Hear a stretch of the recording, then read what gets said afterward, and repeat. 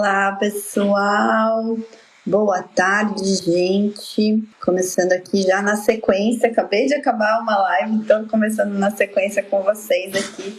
E agora vamos falar um pouquinho sobre tese do século. Sejam todos muito bem-vindos e muito bem-vindas quem me acompanha pelo Instagram do IBPT Educação, quem me acompanha pelo nosso canal do YouTube, pelo canal do YouTube da Amaral Yazbek, advogados, também pela nossa comunidade tributarista do futuro. Está começando mais uma live de atualidades tributárias e hoje o tema é falarmos sobre a tese do século e as dúvidas que surgem a partir do julgamento que finalizou na semana passada, né? Finalizou aí na quarta-feira da semana passada. Na quarta ou na quinta? Na quinta-feira da semana passada. Então foi hoje dia 17, vamos ver aí que dia que finalizou, no dia 13 de maio, finalizou esse julgamento, então sejam bem-vindos. Muitos aí, hoje já comecei, na própria sexta-feira de manhã, já comecei o dia recebendo dúvidas de clientes em relação ao que vai aos próximos passos. Hoje, novamente, de manhã tivemos reunião aí de equipe e debatemos sobre a tese do século. Então, para quem está chegando, para quem está me acompanhando, deixa eu colocar vocês aqui para eu ver também como estamos aqui no YouTube, se vocês estão me ouvindo, se está tudo certinho. E olha só, quem não sabe, toda segunda-feira, às 13 horas, tá? Recadinhos antes de a gente começar o nosso tema. Toda segunda-feira, às 13 horas, eu tô aqui com vocês para a gente falar um pouco sobre atualidades que aconteceram na semana anterior, as coisas mais relevantes. Sempre trago um tema aí da atualidade para a gente debater, ok? Quem é membro da minha comunidade tributarista do futuro, acaba que depois desse nosso encontro aberto, eu me fecho lá com eles, a gente debate outros assuntos, outras atualidades, tá? Então, quem ainda não é membro da comunidade e tem interesse em ingressar, por favor, faça contato comigo no direct, manda mensagem aí, entre em contato com o IBPT Educação e a gente vai ter o maior prazer em ingressá-lo aí também na nossa comunidade tributarista do futuro, ok? Então vamos lá, pessoal, como faremos hoje hoje vai ser uma live de atualidades um pouquinho diferente para quem nos acompanha ao vivo, tá? Se você tem alguma dúvida relacionada, já está sabendo o que aconteceu, tem dúvida, o cliente perguntou, ou se você aí tem a sua empresa ou trabalha em alguma empresa que é contribuinte de ICMS e ficou com alguma dúvida, manda no chat. Eu vou estar acompanhando aqui vocês para a gente resolver essas dúvidas, ok? Então hoje eu quero ouvi-los, tá? Hoje vocês que vão fazer essa live aqui comigo, tá bom, pessoal? Então vamos lá, primeiro vamos colocar todos no mesmo passo, né? Vamos colocar todo mundo no mesmo passo. Eu sei que quem já é da área já sabe o que aconteceu, quem é tributarista ou quem já está na área tributária sabe o que aconteceu, mas como tem pessoas que nos acompanham aqui que propriamente não são tributaristas, são empresários, empreendedores e querem saber o que afinal mudou aí, o que essa tão chamada tese do século que estampou os noticiários na semana passada. Então, finalmente, depois de praticamente 4 anos, o STF consolidou, nossa Corte Suprema, o Supremo Tribunal Federal, consolidou o entendimento de que o ICMS não deve compor a base de cálculo do PIS e da COFINS, tá? Foi o entendimento que foi consolidado com os seguintes esclarecimentos, tá? De que o ICMS que não deve compor a base do PIS e da COFINS é o ICMS destacado nas notas fiscais e não propriamente o ICMS efetivamente recolhido pelo contribuinte, e também que essa decisão ela tem efeitos a partir do dia 15 de março de 2017, que foi lá a data do primeiro julgamento, antes de se fazer esses esclarecimentos, primeiro julgamento do STF. Então, isso na prática, qual que é a consequência disso, tá? Contribuintes que não ajuizaram até hoje são contribuintes do ICMS, tá? Consequentemente, são contribuintes também do PIS e da COFINS, que não ingressaram em juízo com essa discussão judicial, podem, a partir dessa consolidação, buscar aí os seus direitos no sentido de calcular e recuperar os valores pagos indevidamente a partir do dia 15 de março de 2017, tá? essa é a primeira consequência. Segunda consequência, quem já tinha ação ajuizada, tá? Antes do dia 15 de março de 2017 e que ainda não tinha sido transitado em julgado, não tinha acabado, porque o tribunal estava esperando essa definição do STF, agora vai poder peticionar e pleitear, agilizar esse processo para que ele acabe, transite em julgado, uma vez que estiver transitado em julgado, que se possibilite efetivamente executar essa sentença, liquidar essa sentença, seja na esfera administrativa, pedindo a compensação dos últimos 5 anos, né, por ano esse crédito compensando com outros débitos do contribuinte, seja mediante procedimento precatório, tá, na via judicial. Tem essas duas opções. Quem também tem ação ajuizada, tá, ação ajuizada depois da data do dia 15 de março de 2017, só vai poder ter como crédito a recuperar aqueles valores levantados a partir da data do dia 15 de março de 2017, tá? Exceção, contribuintes que ajuizaram depois do dia 15 de março de 2017 e já têm ação transitada em julgado e já recuperaram os valores devidamente, ou já estão com o procedimento habilitado na esfera judicial, tá? Se já está habilitado, se já compensou, não tem muito o que fazer agora. Existe um risco, tá? Um risco de que a Procuradoria da Fazenda Nacional ingresse com a chamada ação rescisória, em virtude do entendimento do STF de que somente quem do STF que resguardou a recuperação antes de 2017, aquelas empresas que ajuizaram a ação antes do dia 15 de março de 2017, tá? Então existe um risco aí da Procuradoria ajuizar a chamada ação rescisória para tentar anular essa decisão que já transitou em julgado. É um risco, contudo, na minha concepção, é um risco... O risco de ajuizamento não é um risco baixo. Eu acredito até que a Procuradoria vai ajuizar essas ações rescisórias desde que o trânsito em julgado não tenha ocorrido há mais do que 2 anos, tá? Então, por exemplo, tem clientes na nossa carteira de clientes que ajuizaram a ação em abril de 2017 e a ação transitou em julgado em abril de 2019, tá? Esse cliente está resguardado, porque já passou o prazo de 2 anos para a Procuradoria ajuizar a ação rescisória. Esse já ganhou, já liquidou, já recuperou os valores, não temos o que nos preocupar, ok? Existem situações de clientes que ajuizaram depois do dia 15 de março de 2017 e que a ação transitou em julgado agora, 2020, agora em 2021. Esses são os clientes em que é possível que a Procuradoria ingresse com uma ação rescisória, tá?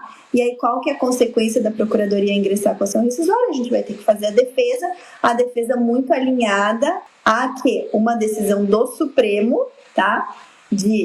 Em que ela aplique o entendimento da Constituição, essa decisão, ao mesmo tempo, não pode violar outro dispositivo da Constituição, que é o dispositivo de direitos e garantias de todo cidadão, sendo que um desses direitos e garantias é o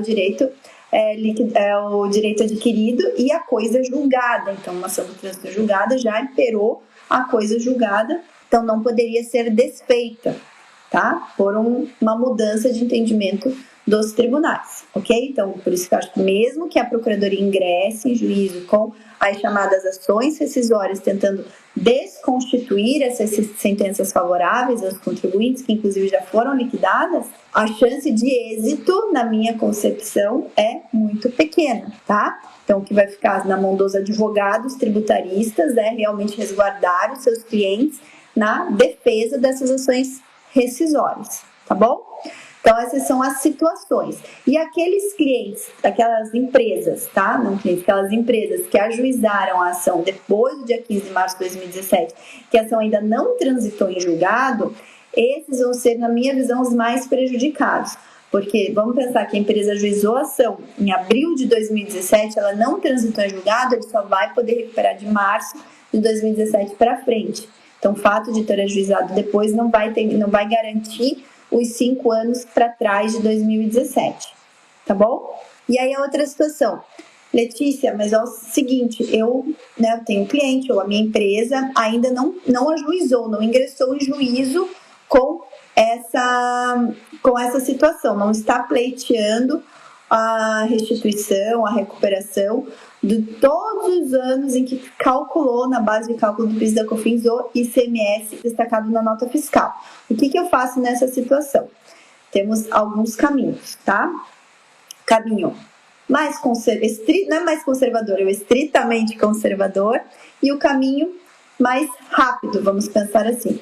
O caminho estritamente conservador seria aquele caminho em que o contribuinte não quer já aproveitar os efeitos dessa decisão e prefere ajuizar uma ação para que o Poder Judiciário garanta que ele tem direito. Tá? Então, pode ajuizar uma ação, já com a repercussão geral reconhecida, julgada. Essa ação possivelmente vai ter uma liminar, tá? A liminar vai garantir que você ajuste a tua contabilidade daquele momento em diante, tá? A liminar não garante a recuperação do passado. A recuperação do passado precisa aguardar o trânsito e julgado da ação, ok? Essa é uma possibilidade para aquelas empresas que são estritamente conservadoras. Agora, vamos pensar de uma forma prática, tá?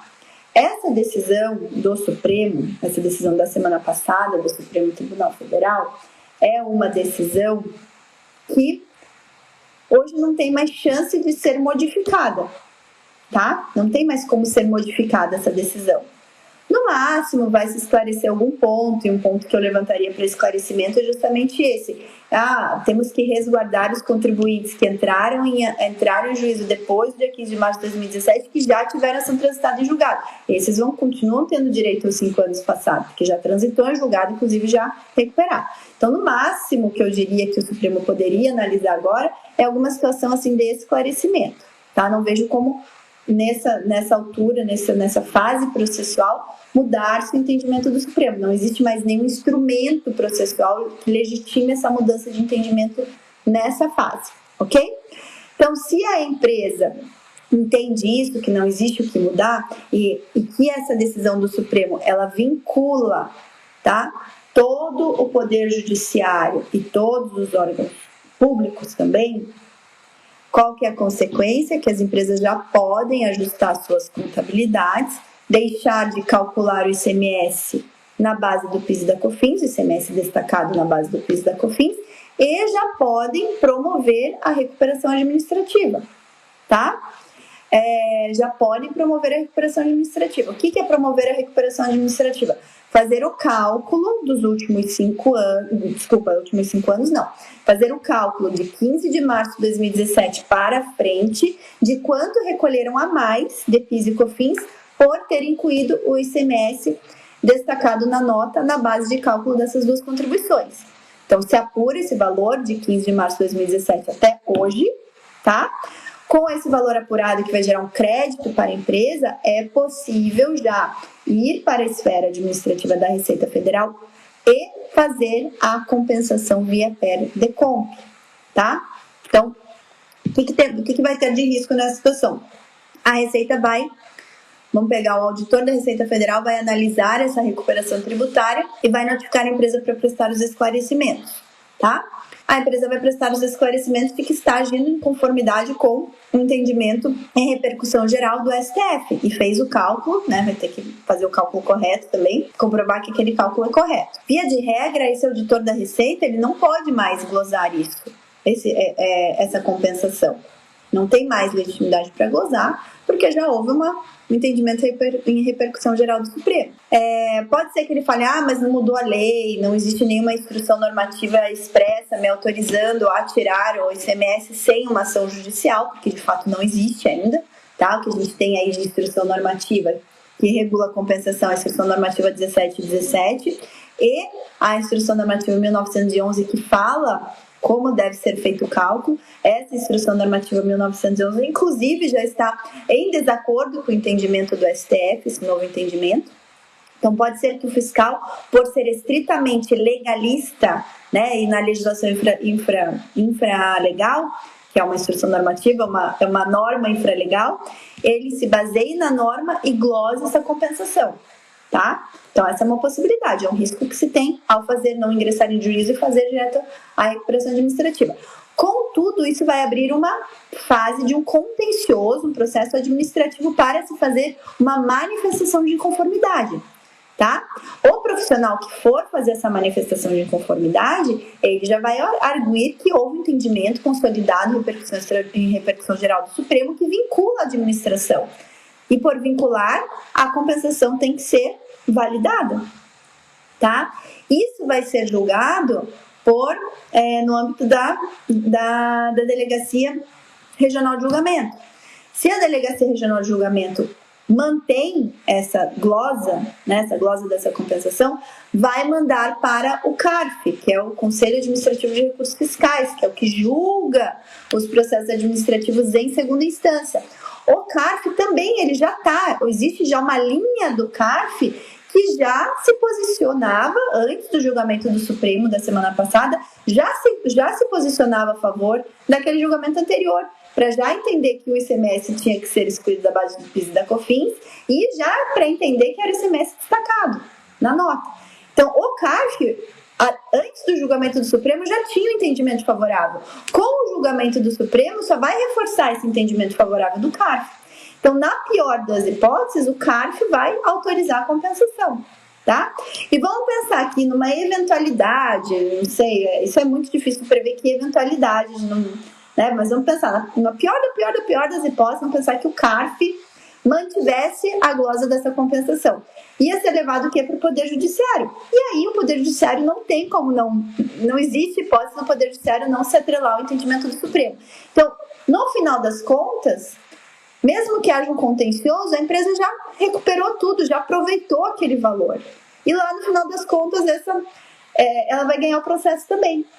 Então, vamos pensar do ponto de vista estratégico do que vai trazer resultado para a empresa mais rápido. Hoje, vamos pensar, a Letícia de hoje, depois desse entendimento da semana passada do Supremo, orientaria os seus clientes que ainda não ingressaram em juízo a nem ingressar, a fazer administrativo, ponderando tudo isso que eu ponderei com vocês até aqui, tá?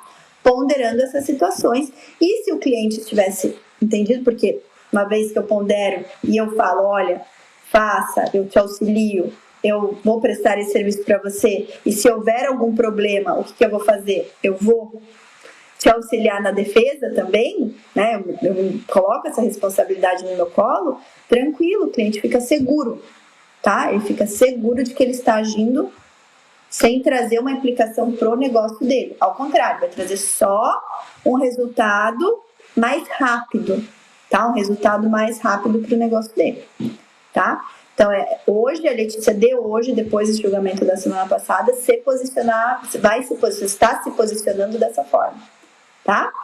Ok? Se fosse antes, eu ia falar, vamos aguardar o entendimento do Supremo. Saiu, então já tem uma outra linha aí de posicionamento. Tá bom, gente? Eu quero saber de vocês.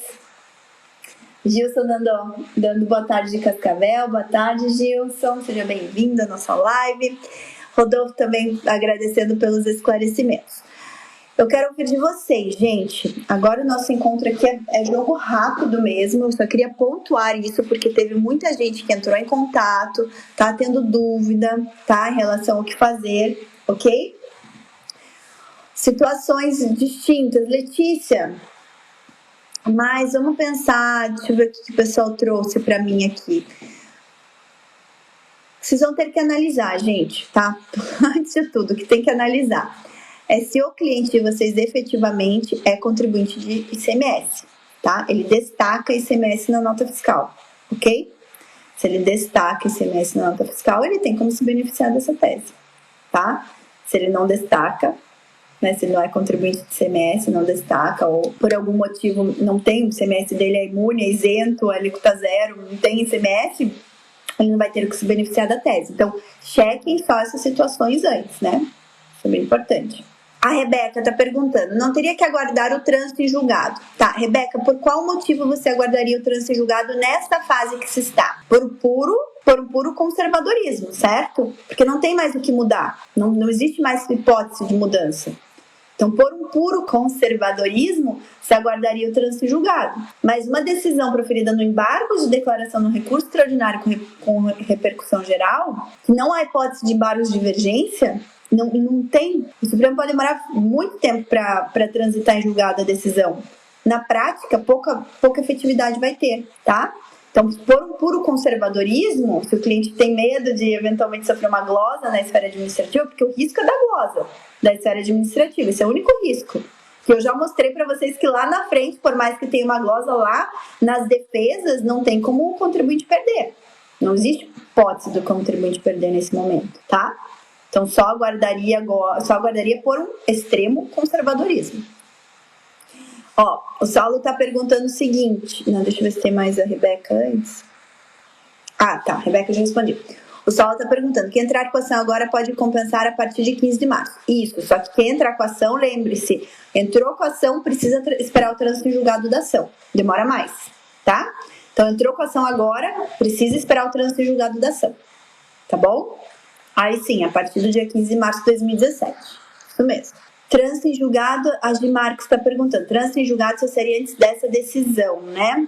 Isso, para resguardar, eu entendo que sim, mas eu acho que mesmo assim, vamos pensar, as empresas que entraram com ação depois do dia 15 de março de 2017 e já tiveram ação transitada em julgado, há menos de 2 anos, essas são potenciais alvos de uma ação rescisória da PGFN, tá? Da Procuradoria-Geral da Fazenda Nacional, ok?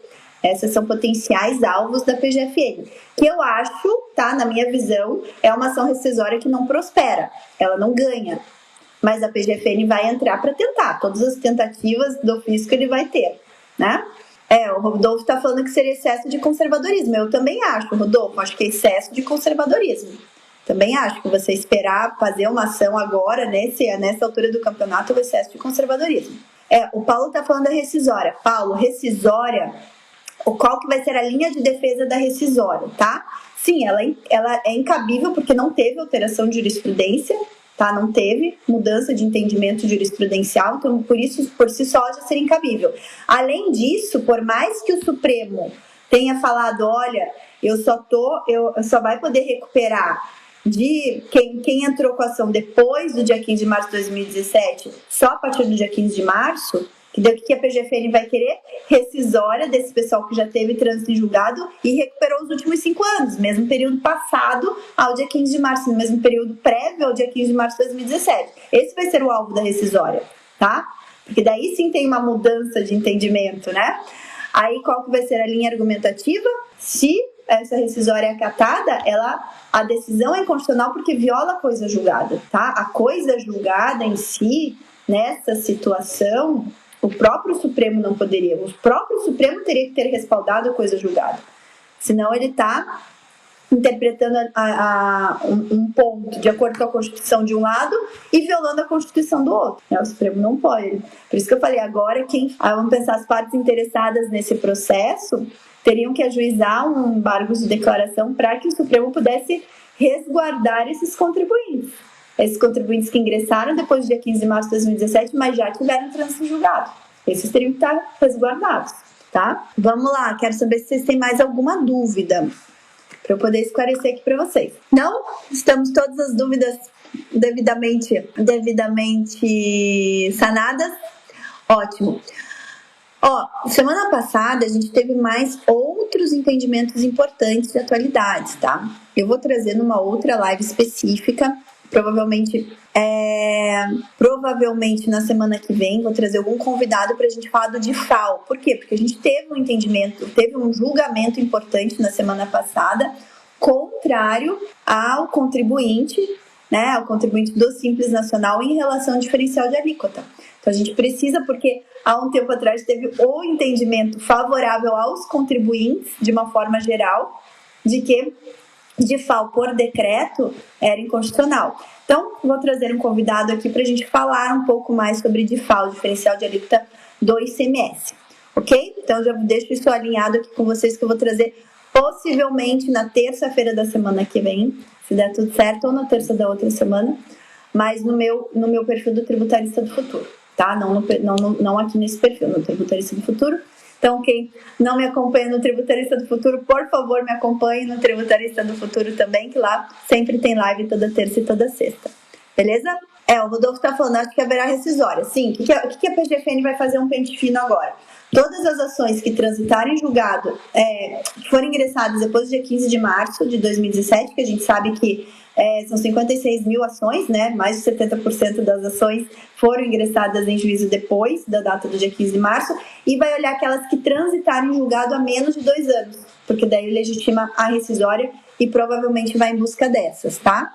O que é ruim, né? A gente tem caso de cliente que provavelmente vai receber essa rescisória, a gente vai ter que monitorar, mas não dá para falar que isso não vai acontecer. Acredito que vai, sim, que a PGFN vai fazer isso, tá? A Rebeca está perguntando se para conseguir a restituição antes de 2017 teria que ter ingressado com a ação até o dia 14/3. Isso mesmo, Rebeca. Teria que ter ingressado com a ação até o dia 14/3 de 2017. Ok? Olha, retificação de declaração. A Lilian está perguntando, tá? Se você for fazer direto administrativo, sim, né? Se você veio com uma ação judicial prévia, não, tá? Mas se vai fazer direto administrativo, daí tem que olhar as obrigações acessórias anteriores, fazer retificação e ajustar, tá? Mas se é uma habilitação de crédito prévia, daí não, ok? A decisão do STF pode solicitar pedido de restituição ou somente compensação, restituição ou compensação, tá? As duas modalidades previstas na Instrução Normativa 17 e 17, tá bom? Imamura, Lilian Imamura, Lilian Imamura, as duas possibilidades, tá bom? O Paulo, do dia 14 e do dia 15. O Supremo falou anterior ao dia 15, né? Então, anteriores ao dia 15. Então, acredito que até o dia 14, tá? Até a data. Tem que ser prévio ao julgamento ali. Então, vamos pensar. Pode ser que haja uma discussão se alguém ingressou um pouquinho antes do julgamento, né? Eu não cheguei nesse detalhe, Paulo, mas vou dar uma olhadinha. A gente tem que ver exatamente como ficou decidido ali. Deixa eu ver se eu pego aqui rapidinho para falar com vocês. Vamos ver ali como que saiu na decisão da ministra. Para modular os efeitos do julgado, cuja produção haverá de se dar desde o dia 15 de 3 de 2017. Então, tem que ter ingressado até o dia 14, tá? Ressalvadas as ações judiciais e administrativas protocoladas até a data da sessão em que proferido o julgamento de mérito.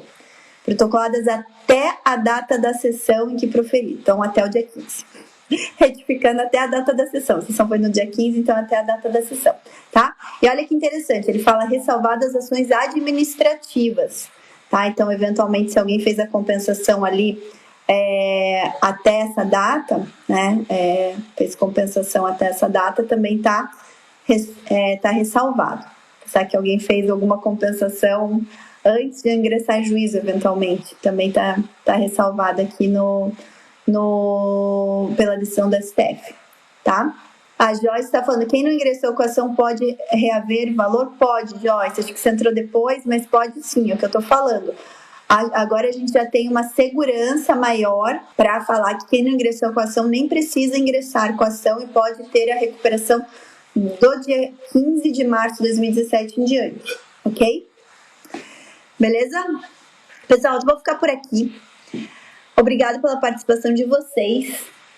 Qualquer coisa eu estou à disposição no direct, é só mandar um direct, fazer contato comigo, que eu vou procurar esclarecer as dúvidas de vocês, tá bom? E, gente, quem está acompanhando aí as nossas séries de lives diárias, eu convido vocês a estar comigo todos os dias, ao meio-dia da semana. Temos live. Amanhã, às 13 horas, também tem uma live no meu perfil Tributarista do Futuro. E às 19 horas, todos os dias, também temos live essa semana com o Carlos Pinto, que é meu sócio, também dos diretores do IBPT. E a gente está promovendo uma série de lives sobre empreendedorismo, tá? Empreendedorismo com serviços tributários, ok? Então, eu espero vocês, quem não está participando, convido vocês a participar. Semana que vem temos uma imersão gratuita, 3 dias, segunda, quarta e sexta, de imersão, para você também poder escalar o seu negócio com serviços tributários. Então, a gente deixa esse convite para todos que estão acompanhando aí, se inscrever na imersão. O link está na bio do Instagram, @BPT Educação. e também tá nos vídeos do YouTube do IBPT Educação Tributarista do Futuro, tá bom? Pessoal, fiquem com Deus, vou entrar agora. Quem é da comunidade, gente, entra lá dentro do Facebook, naquele link do Zoom. Eu vou entrar lá agora pra gente falar um pouquinho mais sobre outros temas de atualidades tributárias que aconteceram na semana passada, tá bom? Então vejo os membros da comunidade logo mais. Fechando aqui, eu já vou entrar lá no Zoom, tá bom? Até já, gente. Tchau, tchau.